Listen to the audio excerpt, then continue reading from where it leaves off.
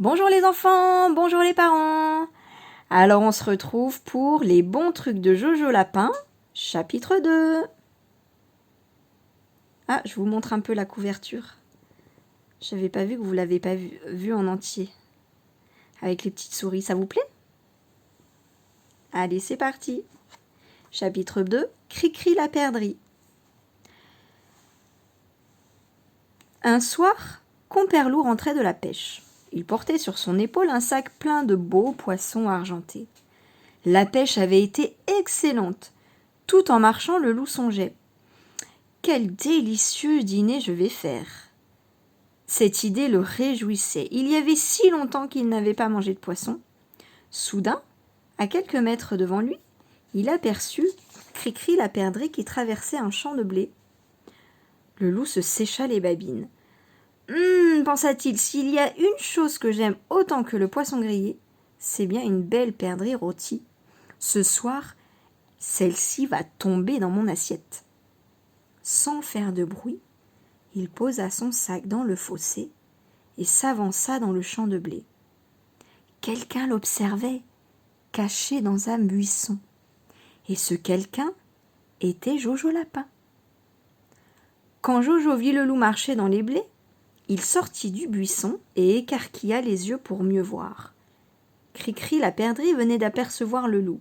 Elle voltait lourdement à ras du sol, comme font toutes les perdrix. « Cricri est perdue !» murmura Jojo. « Comperlou ne va pas tarder à l'attraper. Comment faire pour la sauver ? Vite !» Il fallait réfléchir. Au même moment, Comperlou bondissait sur Cricri et s'en saisissait. Mais Jojo venait d'avoir une idée. Il prit le sac de poisson, alla le cacher dans un tronc d'arbre creux et revint dans le fossé. Puis, il se coucha dans les herbes, les pattes en croix. Il ferma les yeux et, tout à fait immobile, patiemment, il attendit. Comperlou arriva bientôt à grandes enjambées. Il tenait sous son bras bien solidement la perdrix qu'il venait d'attraper. « Par ici, ma jolie, tu vas tenir compagnie dans mon sac aux poissons que j'ai pêchés. » Le loup descendit dans le fossé et se dirigea vers l'endroit où il avait posé le sac. Oh, surprise! Il n'y avait plus de sac. À la place du sac, il y avait un lapin étendu dans l'herbe.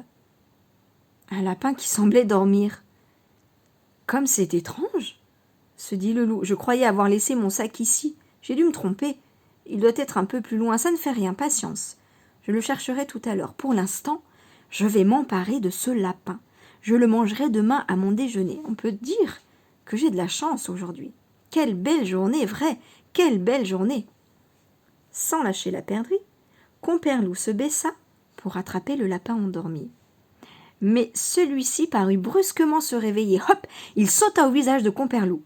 Surpris, celui-ci lâcha la perdrix qui, en profita pour s'envoler. Cricri n'attendit pas son reste.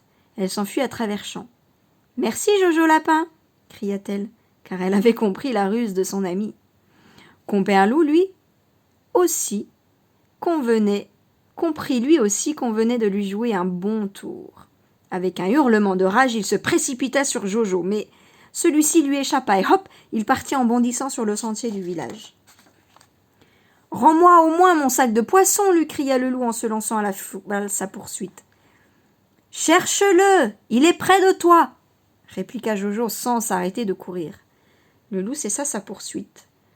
Il se mit à regarder autour de lui. Où ce coquin de lapin avait-il bien pu cacher le sac ? Il est peut-être dans le fossé ? Comperlou fouilla dans le fossé, mais il n'y trouva pas un poisson. Peut-être dans le grand champ de blé ? Le loup passa plusieurs heures à fouiller le grand champ de blé, mais il n'y avait pas de poisson sous les épis.